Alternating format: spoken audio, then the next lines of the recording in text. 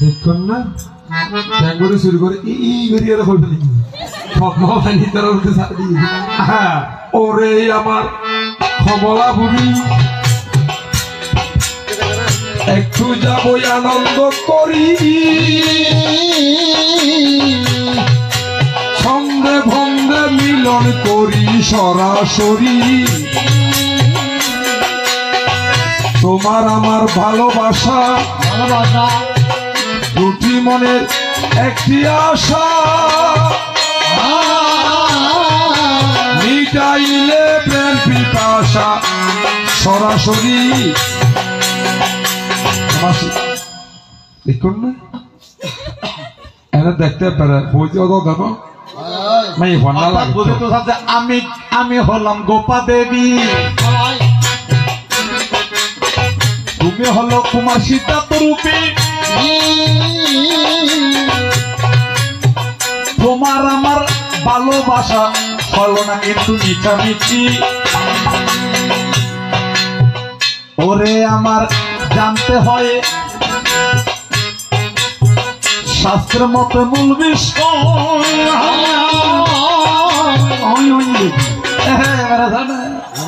আচ্ছা মা আজ যদি ইশারা করে হাম করে ফেলে তোর হাতে বলে দেবে পারো না কাইদে আছে বাবা কাইদে কি এখন না বুঝলে হাই দে হবে না রে হয়নি আরে শুনো শুনো প্রাণপ্রেয়সী তোমায় আমি ভালোবাসি দেখে তোমার মুখের হাসি আমি চিন্তা করি কিছু হইতে মনে নকর আচ্ছা এনে হচ্ছে রে যে সব মধ্যে বলে অপরাধ সিদ্ধার্থ অশোক বন্ধ দেখ দান করে এটা তুই কথা বেগুন আগে মাসি সাজে আরো সুন্দরী বুড়ি নাই আসিল দিবস প্রায় কত হইল পিজা খাপরে আসিয়া গেল কমলা বুড়ি দেরি কেন তোমার হয় বছর কেন বেজানো নয় জানতে আমার ইচ্ছা হয়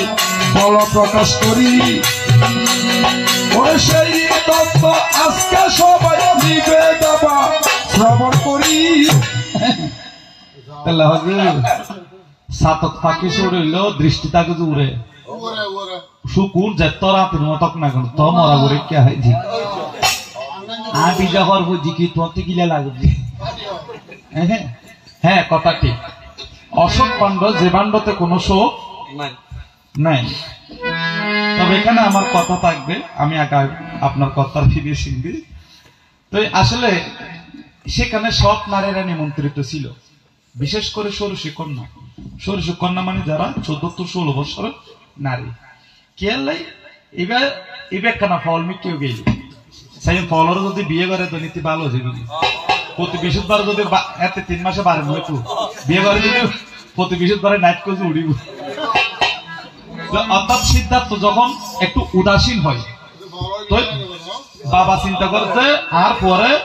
বিয়ে করে দিলে কি হইব সংসার মুখে তখন মাই হন্য পছন্দ করে শাক বালতির নিমন্ত্রণ দিয়ে এসো মাই হবি এগুন আসি অর্থাৎ দান লইব সিদ্ধার্থ যে ভালো লাগবে বিয়ে হ্যাঁ বিয়ে গুণরে দান করে সিদ্ধার্থ এনরই মাই বহজি বিয়ে নসার এর নিমন্ত্রণ বি তুই যে না আরেকটা নিমন্ত্রণ করছিল তো আয়দের ফরানি বেরো বেশি ইয়া করতে মনরা টর ভাই তো সিদ্ধার্থ দিন এরকম মানুষ আছে যার নাম দেবদত্ত আমার হত্যা বড় সত্য তার ভিতর আছে কিন্তু মূল তত্ত্ব তার ভিতর আছে কিন্তু মূল তত্ত্ব দিন না ভেতু আই বলে ফিটিস মাইতেন আব্বাইয়া হইতেছু তো আর গরব লক করে দিলে তালা মারে দিয়ে এখন ঠাকুমা শিয়া নামে কে আসিল বরবে যেতে সরি গিয়ে ঠাকুমা কুলি দিয়ে দরজাইয়া তো দরজার তো কুলি দিয়ে মাঝখানে একটা নদী মাঝখানে কি নদী এই নদী নৌকাও নাই কিছু নাই তাড়াতাড়ি তোমার ড্রাইভার নাই আয়া আসলে এসে আর পরবি জিগিয়ে দেয় আচ্ছা যাক অশোক বান্ড থাকলে অনেক কথা এখন কথা তো তুমি আরে বিয়ে করলে কি অর্থাৎ এঙ্গেজ হয়ে গিয়ে তুই গাইছি যদি সাজি আর সুন্দর লাগছে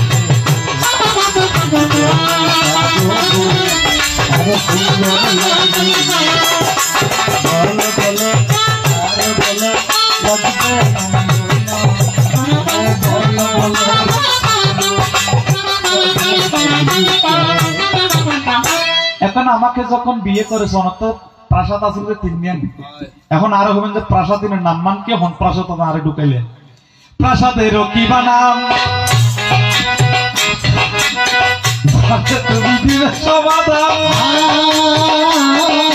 ভক্তবৃন্দ আছে কিন্তু ব্যতীত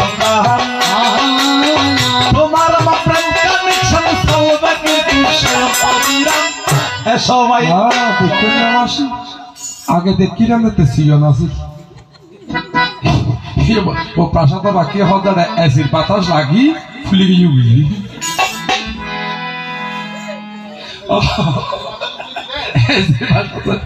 ও সত্য 3টি প্রাসাদ ছিল, এটা সময় উপযোগী অর্থাৎ গ্রীষ্ম শীত বা বসন্তকে কেন্দ্র করে প্রাসাদগুলি ছিল রম্য সৌম্য এবং বসন্তের মধ্যে। এজন্য তোমাকে রেখেছে কোথায়? সৌম্য প্রাসাদ। কেন রেখেছি? ওই সময়ের জন্য সেই প্রাসাদটা উপযোগী ছিল বিধায়। আচ্ছা আর কেন আর হতো অনু আবুরি আমায় বানানো বানানো বা আয়ানো ফুয়ানো নি। আচ্ছা অনু এই তোমার দাদি এতলা হবি বানর পুরইলো গাছ ভাই দহননি তাড়াতাড়ি জামাই যাবে ও ভাই এ সুন্দর বানাইনি তোরা হই দে আর মাইয়া বলি আরো বুয়া হয় তোরও বুয়া হয় নি তো। আচ্ছা ভালো কথা, রম্য সৌম্য সরম্য অর্থাৎ সরম্য প্রাসাদে আমাকে রেখেছে। এখন আর এখন যে ভালো কথা বিয়ে 10 দিন যাইতে না যাইতে তুমি আর লেখিলে বৈঠক করে ঘরের স্ত্রী রেখিলে বেজত করে 10 দিন না যায় 5 দিনের দিন আর নামে কি দের বিচার দিয়ে আর বিচার করার। এখন আর শুনবেন যে আর দোষাম কি ফেলেন অপরাধ কি ফেলেন, এখন আর তুই বিচার আছে কিলে বসে তুই স্বামী নিয়ে আসামি বাল্য হোক আর মন্দ স্বামী আমার স্বামী স্বামী হল নারী জাতি ভালো হোক আর মন্দ হোক স্বামী আমার স্বামী অনর্কা বুঝছেন ইয়ে তোর কোনো দামি নেই বলি হল তো স্বামী যদি বেগিলে তোর দামি হয় দোষ দিলেও তুই আর মন্দ হই তিন নিদরিয়ে হগ দিল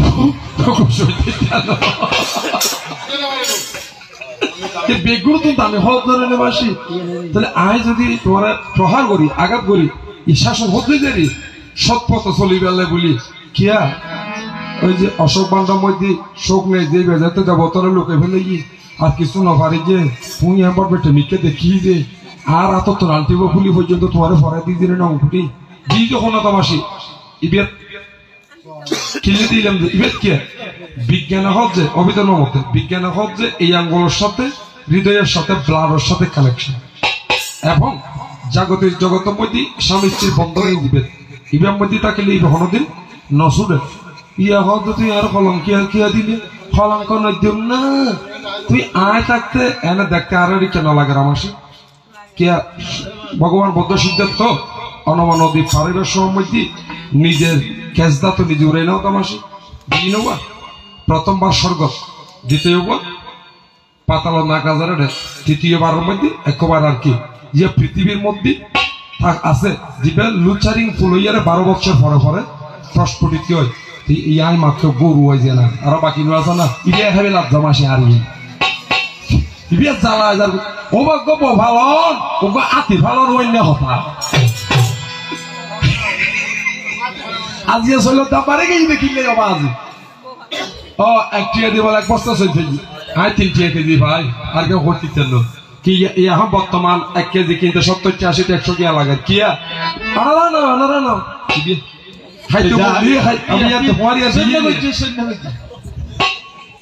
আচ্ছা ওনারা শোন কেন বেটার লুজ হলা বেড়াই হজ বউ বলা আচ্ছা আতিলে ভালো মাইছে সংসার করে না আতিলে আত্মীয় না যাবি তখন ভালো মানুষের বেড়াবি না হইজম না আর বাদ দিয়ে রাজা ফার্ম দিলে দিয়ে হওয়ার গিয়ে এই দহনি কি হল আচ্ছা যাক জানতে আমার বাসনা হয় আজ হইবে তো তোর তো কোন বিদ্যা আছিল হয়টা বিদ্যের গুণান্বিত সুরের সোয়া আছে যত তোমার আমার জানিলে বলিতে জানিলে বলো তুমি শতকে হয় কি নাই মাসি মত্যও নয় আরো জ্বালা খাই বুঝি কাজে তুমি বধুরে দিত ইবে জ্বালায় জং হয়ে যাওয়া আপনাদের সৈন্য সময় দিন না যাইতে আর হাজার হুয়া হয় ইবে জ্বালায় ইয়া হতো যে তুমি হত হবি যাও কি আগে গেলে কি আর গলে বেতালে আচ্ছা শোনো পিয়া হলু যে খাড়িবে সুন্দর মজা আনা আয় কাম পিয়া তুই খরা খাইতো আগে আয় বলে যেতেন গো যাইছা যেতেন বলি জ্বর গো হাতে একটা ভুলিকাম নতা খ থাকতে বলি কেন কেউ তোমার লয়তে বাসন করো নগরে দিনে তা মুসলিম দূরে আসিলে আচ্ছা শিয়া বাসন করন বলি নুনি এবো হতো না ইবে তুই আয় আশীর্বাদ কেউ দিদি বারোজা পুত্র ইবে হাঁদাতে মন নতাকেলি আনি হড়ে ভাইয়ু সে আশীর্বাদ কেউ দিই যে রাহর গাছত মুক্তলে বলি এ বড় দশমটা রাহুল জন্ম তোমার তো আর কোন দি তুই কি দিবা দে তুই আর তো আসলে বেদে আনে